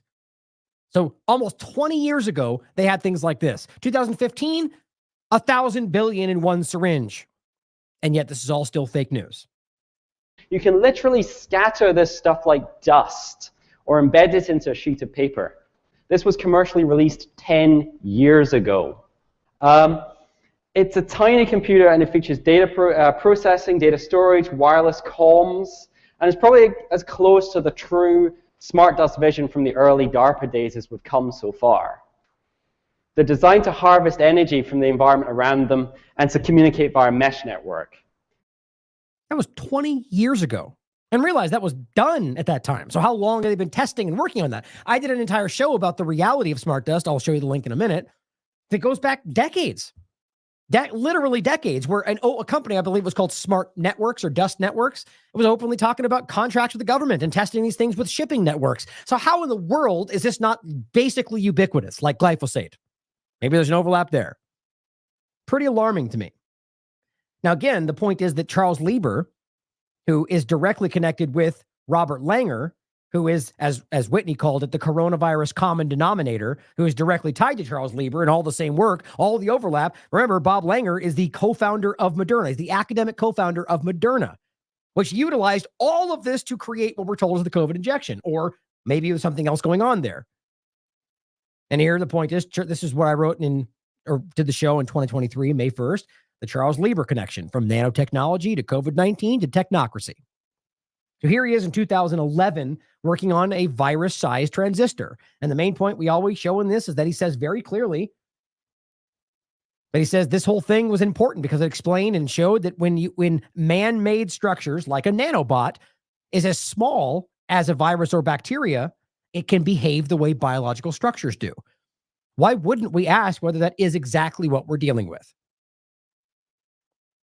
Here is a Nature study, nature.com, featuring Charles Lieber as one of the authors from 2015 called Syringe Injectable Electronics. He's working on, and shout out to the bee lady. Jesus Christ, I'm so bad with the last. I'm so mad at myself for forgetting people's names. Anyway, she shared this with me as the point. And the other one we talked about, they go all the way up into 2023 and 2024. That Charles Lieber has maintained this work all through the time when he was supposed to be investigated for treason, never stopped working somehow with Chinese counterparts using U.S. money, even though apparently we're told the U.S. government was investigating for treason. That makes sense, doesn't it? Or not? The point is, this is very clearly something that has been going on and goes back to all of these same people and ties, and all of this completely. Miriam, thank you. Check out her work. She does good work. All of this completely dovetails into the COVID-19 conversation. I don't even know how anybody could miss that. Now, here is the Pfizer release, the press release from 2015, as I showed you earlier. Pfizer's working with that university and specifically that research, the medical researcher, to evaluate drug delivery via nanorobots. Drug delivery. It says the agreement is focused on gaining a better understanding into DNA nanobots as potential carriers of different proteins for possible new treatments, which is exactly what we're told this thing is using lipid nanoparticles, delivering mRNA instructions to give you the spike protein, or maybe more than that. The terms of the agreement were not disclosed, of course.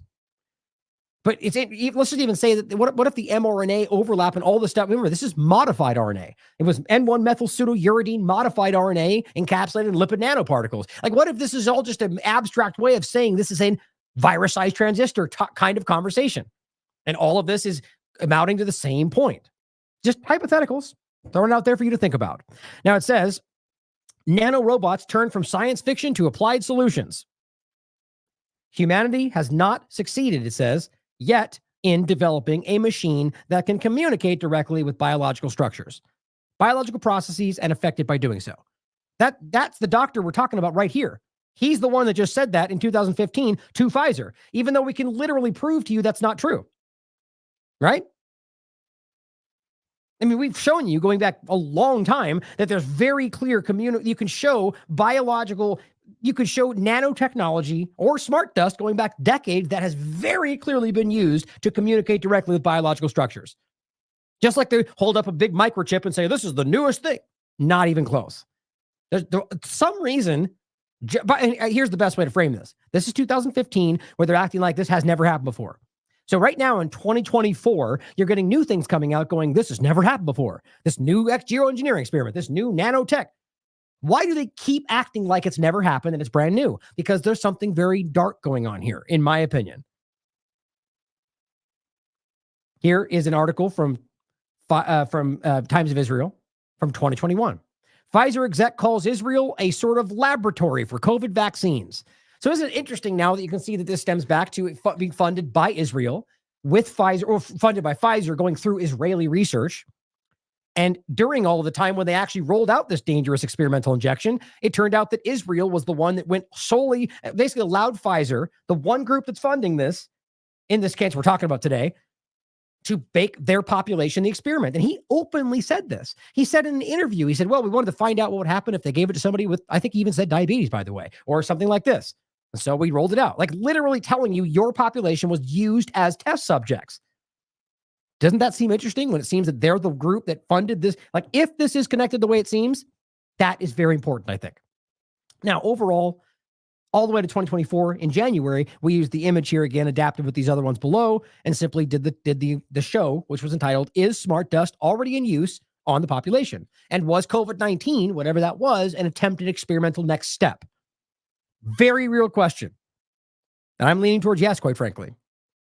And we talked about this in January as well. The Internet of Bio-Nano Things is upon us. And this is utilizing the nanotech we just highlighted, but the mesh network we discussed. And this idea of the nano network between these devices, or really your body in which they're circulating, connected with IP addresses, with computers, which can be influenced from outside sources. And, this is where we are. It's not tomorrow. It's happening. In fact, it's probably been going on for a long time. Just pointed out this one in general, and then this one as well, which highlights the protein overlap. And in fact, we were just discussing this is what this is highlighting, in fact, this point about a virus that's been engineered to produce ferret nanoparticles that then can be used to manipulate you, the way you think, the way you feel. We've even gone over the neuroscience aspect of this, where it's Giordano, I think, the U.S. scientist working for NATO and the Department of Defense, who literally tells you that this is happening, that they are doing this, and they're not just trying to control the way you move, but the way you think and the way you feel. Now, of course, he could be lying, but it's kind of hard not to see that this is very real if everything we're being shown is correct. So when this article is discussing gain-of-function's newest brain virus, this was a new one, by the way, not the one in 2017, and genetically engineered proteins to control everything. Now, in general, to end on this was from, what it says 1 day ago. That's not right. I have to refresh it. This was from 3 days ago. The EPA issues first ever regulations for forever chemicals in drinking water. Well, first of all, that made me like, oh, good, right? Well, first of all, they've known about PFAS forever. No pun intended. I mean, this has been something that has been circulating for so damn long. And don't forget that even the State Department sort of came out right as this started being focused on since, I guess, East Palestine forward. And they just kind of were like, oh, well, we need it though. Because, it's a byproduct of what we need for the military. It's essentially their argument. Oh, so you do know about it and you don't care. Got it. Now you just pretend you don't know about it. Now today, oh, finally we care. Regulations. All that proves to you is that the EPA has not cared this whole time until suddenly their job is up the stake, or that we see that they're knowing and not doing. These people are not on your side, guys. I mean, the EPA is the reason East Palestine did not get solved. One of them anyway. They are the reason in any number of examples we can show you that things are like why glyphosate is literally everywhere, why dioxins nobody cares about, even though it's the most dangerous thing we're dealing with. They know about all this, and I've proven it. Now, as a body, doesn't mean everybody individually involved is bad, but clearly from a top-down effort, my point in bringing this up anyways, before I get dragged into that conversation, why do they want to regulate the water? Why, like, they don't care about this clearly, or they would have done something 30 years ago, or 5 years ago, or a year ago, right? They don't care. So why now do they care, or pretend to, for your drinking water? Well, just as an interesting possible overlap, let's realize that what we're talking about, where it's nanobots or smart dust, there is an overlap to that does possibly include things like graphene oxide or graphene or carbon. Now, to be clear, it doesn't have to, and doesn't always. Well, it's interesting. 2014. Should we worry about graphene oxide in our water? This is the IEEE spectrum. It says, a new tool for measuring environmental impact will help keep the EPA on track with graphene. Now, look, this is a conversation that's been large. It's weird to me how prominent this was, whether it was for vaccine, and I'll show you some clips or some studies in a second about vaccines or tracking, or any number of things, self-assembling nanobots and it's yet when it came out as a possibility, it wasn't dismissed as, no, that's definitely not in there, which some it was, and it is today. That's the focal point. But remember how it was first regarded? Just hair on fire, ridiculous fake news. Like, that's just so stupid. You guys, there's no such thing. Like, it's not even real. They've would never do that. Except we pulled up like 14 studies that showed you from 2019 to 2020 that this was the next thing. The graphene as injections and delivering drugs was the new big thing. So it doesn't mean that they used it, but why would it then be regarded as so ridiculous we can't even talk about it? And then you get people in the, what I argue are the mainstream alternative media, that come out and go 90%. And then everyone's, including us, we're more resistant to it. All right. But the point is, there's a very real conversation to be had here. Now, the reason I bring it up for this point is there's a huge conversation about using graphene oxide carbon overlay for tracking environmental stuff.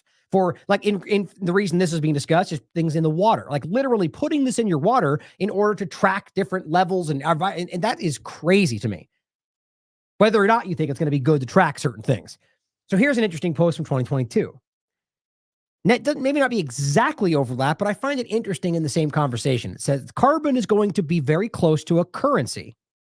Tokenizing nature is next. That's from COP27. Let's just play the clip. And this was shared by Tim Hinchliffe. I've never said his name out loud. We follow each other. I like his work. But so this is a little breakdown here. And here's that's the actual article where he's talking about the tokenization of nature. And you'll see what I mean. Whether it's the aspect we've already seen or something far more alarming in regard to the utilization of these things inside natural resources. Listen to what he says. So central banks are also starting to understand nature has real value. Carbon, we already figured out. And carbon is moving very quickly into a system where it's going to be very close to a currency. And you could talk about that as like just tracking carbon, right? Like in the idea that we talk about carbon tax and so on. But you could also argue that there are other aspects to this. Just consider the idea that in general, first of all, we're just simply talking about the idea of banks and rich people, governments, like betting essentially on whether or not the natural processes will go a certain way. And look, you know how it works with the stock market. There's entire industries that are wildly wealthy because they manufacture failures and then short things, right? So why wouldn't that happen with nature? Why wouldn't it become the idea that they literally go the negative direction and make? But the bottom line is, anytime you tokenize like this or it's like you make it a game, the gamification of real life, it's a bad step. It is a dangerous step that will only hurt people. Basically being able to take a ton of absorbed or sequestered carbon and being able to create a forward pricing curve with financial service architecture, documentation. I just came out of a meeting this morning how we're trying to accelerate that. To be quite honest, not to get very boring, but we're on financial topics and things, but they're going to be derivatives. And you need ISDA documentation if you want to trade a derivative in the marketplace. And all of this actually matters for nature as well. I'm going to quickly hand off, but again, I want to talk about value one more time, because the southern part of the world has value far greater than large elements of the northern part. And when we start thinking about and putting prices on water, on trees, on biodiversity, we find, where does that sit? I'm doing a lot of work out of Asia, and I say that my next door neighbor, Indonesia, is the left lung of the world, and obviously Brazil's the right. And Africa, absolutely critical. And we need their natural capital as a system-based world more than we need that 66 billion we've got sitting in the basement of the Bank of England. So how do we, and I'm hoping this discussion today, at least from a central banker's point of view, on how do we start tokenizing, how do we start building systems that actually create not only the value, but transfer that value around the world.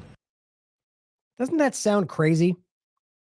Like, it doesn't, it's like dehumanizing, like the idea that now, like, their resources are, why do you think you have any say or influence over the resources of Africa, which is clearly how they engage with the world, right? They clearly see themselves as some kind of stewards of everybody else's resources or value, because they just don't know how to live the right life or whatever they view it as. Now, that's, of course, just simply talking about the gamification, the tokenization of the carbon usage and how that applies to all sorts of things. But then you can overlap that with how exactly do you track those things, right? I mean, there's plenty of ways you could talk about, but this is where we get into these kind of actual conversations. Like, there's very real discussions about utilization of graphene oxide or other things in a way to track. And you know, this overlaps with that conversation. But either way, going back to the health point of it, this is something that's been around for a long time. This is from 2019, graphene-based sensors for human health monitoring. right? Well, here's another one. Graphene oxide as a multifunctional platform for intracellular delivery, imaging, and cancer sensing, 2019. Here's 2021, a novel graphene quantum dot-based mRNA delivery platform. So my point is that all of this very clearly intersects. And we can see that the 2021 discussion of an mRNA platform, which nobody even heard of at that point in regard to most people, is now this new breaking story of this new, Moderna, Bob Langer, all of these overlaps. Like, I think there's a very clear connection to all of this. Now, the last part to finish with is the idea that as we bring it back to the health conversation, guess what, guys? Turns out we just fact-checked ourselves and nothing's wrong with the injections. You're all crazy, right? The NBC News, there's no evidence. Think about saying that. No evidence, not proof, but evidence, meaning every single thing we've seen doesn't exist. All of the connections, all of the studies, every one of those are evidence. Every single data point that shows you that there is an issue. Or how about just the studies they've admitted to? Well, it clearly causes myocarditis. They've admitted that. So how in the world can you say no evidence that COVID vaccines cause fatal cardiac arrest or other deadly heart problems?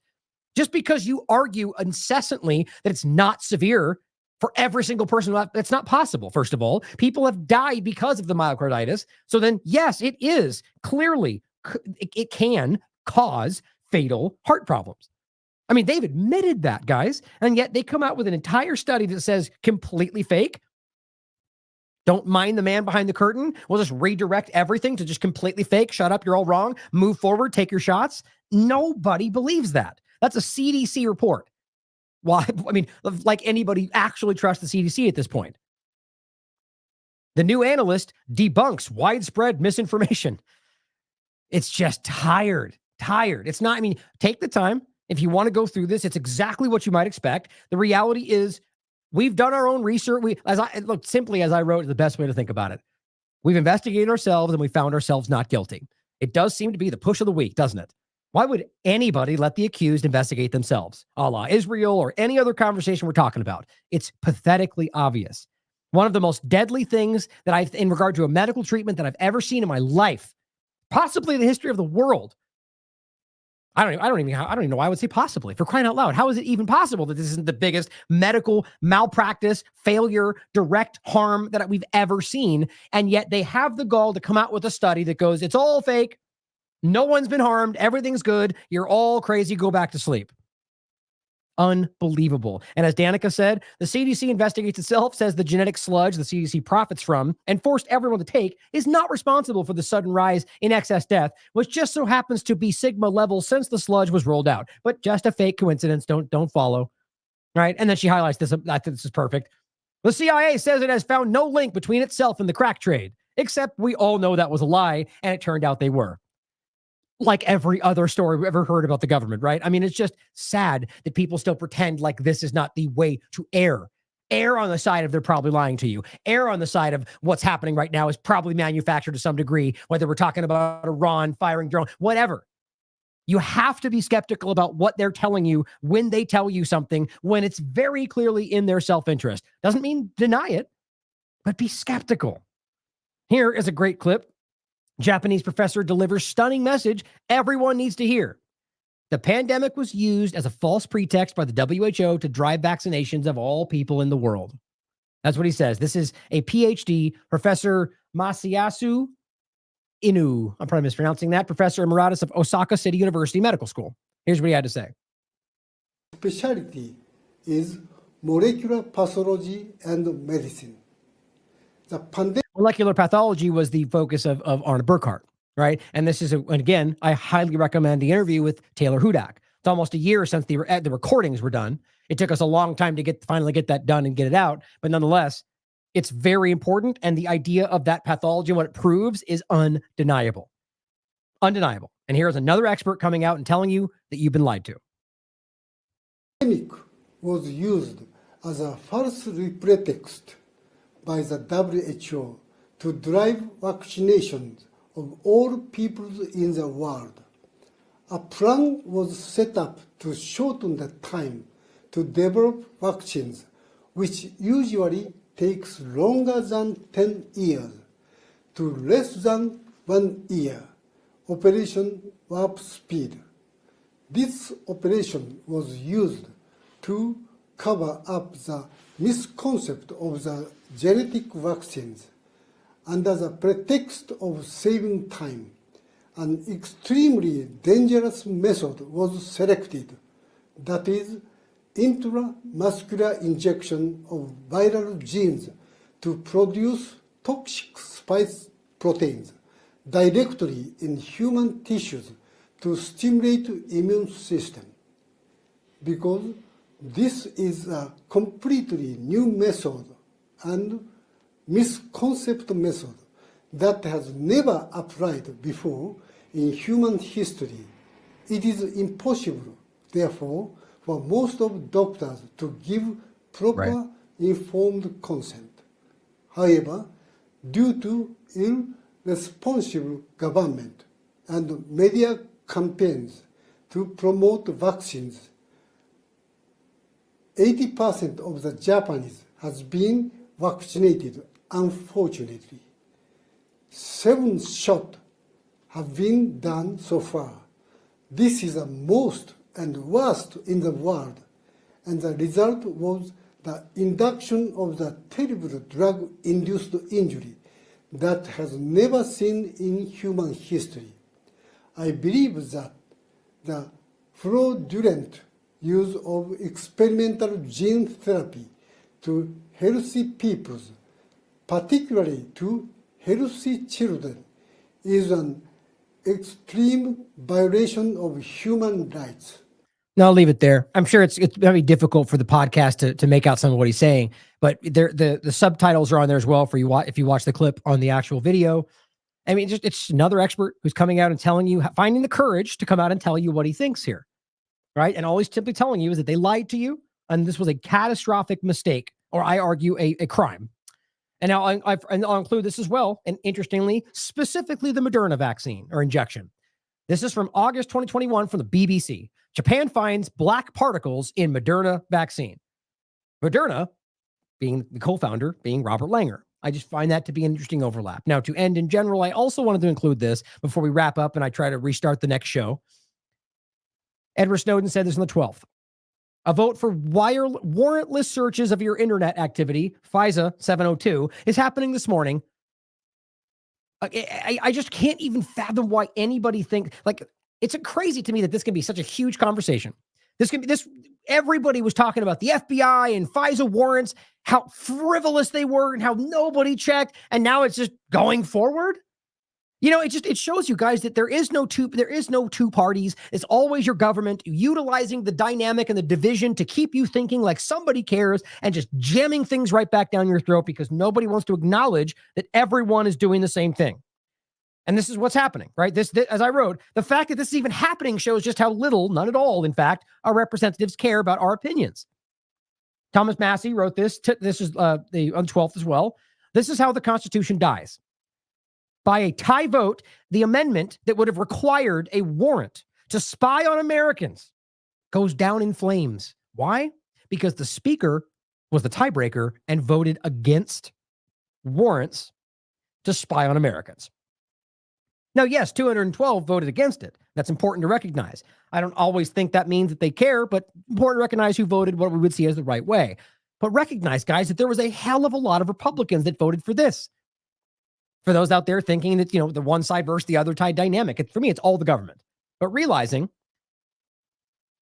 that not only did they all vote for this, but the House Speaker broke the tie in favor publicly as the one vote for, yes, we don't need warrants. Like, how is that not treasonous? You're literally going, Constitution be damned. We want to be able to know what you're saying on the phone, which, by the way, they do anyway. You think they need a warrant to spy on you? Like, this is the lie we tell ourselves bigger than anything. They don't need these, but this is about trying to enshrine into law, like Ron Paul always talks about, the idea of the Patriot Act, the War Powers Act, where all they really did was just enshrine that the thing they're not supposed to do is now legal, acting like that solves the problem. Well, it does for them, doesn't it? But this is where it's going. Now, here's a clip from, what's fun, it's a clip from Lauren Boebert, but let me play it first, then I'll read you what Representative Jason Crow actually said. If you already read it, I'll say it again, but for the podcast, you're going to wait to hear this. This is a member of Congress that literally tells you everything. It challenges what we're told or what we can prove. There's no one spying on you. There's no deep state. There's nothing like that. Well, let's listen to what she had to say first in regard to what the next step will be. This was also the 12th after that tie-breaking vote, and apparently it looks like there might be another opportunity. Here's what she has to say. After 86 Republicans betrayed you, the American people, today, saying that the federal government does not need a warrant to start a query or illegally spy on you or tap your phones or whatever they want to do, well, my girl, Congresswoman Ana Paulina Luna of Florida, forced a procedural vote on the overall bill for Pfizer, and now that bill cannot be sent to the Senate until we take another vote on the warrant amendment for Pfizer on Monday. That means we need you, the American people, putting pressure on these 86 Republicans who sold. Or how about just all of our government? I'm so sick and tired. Like, her message is correct, right? We shouldn't want this. I'm glad we're getting another vote. But it always finds itself back into the partisan, one-sided dynamic, which is guaranteed to not change anything. Why wouldn't you say petition your government? Why are you pretending like you're only talking to Republicans? Because we live in this ridiculously juvenile world in this country where you ignore everything on the other side. How do we think that's logical?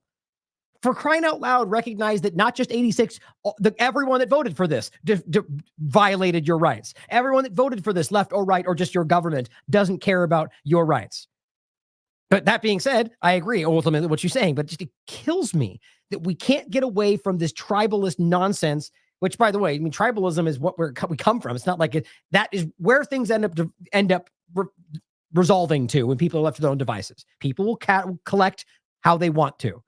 My point is that within politics, the idea that we pretend like that exists is a game. They're using the way you perceive. They're using your divide.